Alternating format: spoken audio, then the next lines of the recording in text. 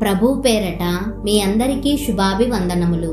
ఈరోజు మన అనుదిన వాక్య ధ్యానమైన ఎడారిలో సెలయేళ్లలోని వాక్యము. దేవుని కుమారుడైన యేసు అను గొప్ప ప్రధాన యాజకుడు మనకు ఉన్నాడు గనుక మనము ఒప్పుకొనిన దానిని గట్టిగా చేపట్టుదుము.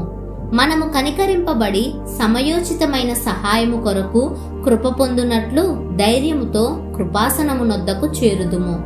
హెబ్రీలకు వ్రాసిన పత్రిక 4వ అధ్యాయము 14-16 వచనములు. మన ప్రార్థనలో మనకు ఆసరా యేసు ప్రభువే. మన తరపున తండ్రి దగ్గర వాదించేవాడు, మన ప్రధాన యాజకుడు ఆయనే.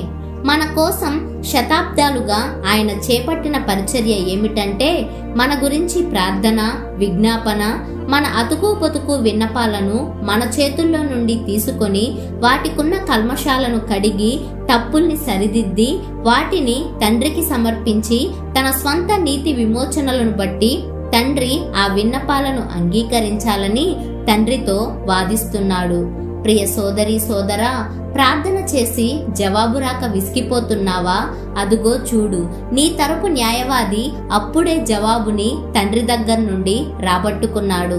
విజయం దాదాపుగా నీ చేతికి చిక్కబోతున్న క్షణంలో నీ ప్రయత్నాన్ని విరమింపజేసి యేసుకు కూడా అపజయాన్ని, నిరుత్సాహాన్ని కలిగిస్తావా? నీ తరపున ఆయన అతి పరిశుద్ధ స్థలంలోకి వెళ్ళాడు. నీకు సందేశాన్ని తెచ్చే రాయబారి అప్పుడే నీ దగ్గరకు బయలుదేరాడు.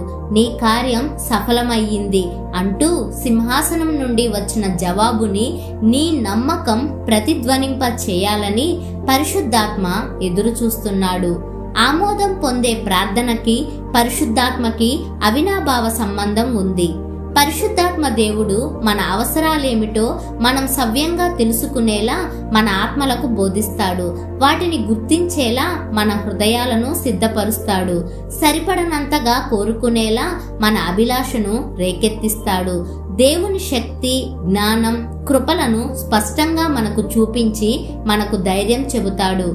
ఆయన సత్యంపై అచంచలమైన నమ్మకాన్ని మనలో పుట్టిస్తాడు. ప్రార్థన చేయడం అంటే నిజంగా చాలా అద్భుతమైన సంగతి.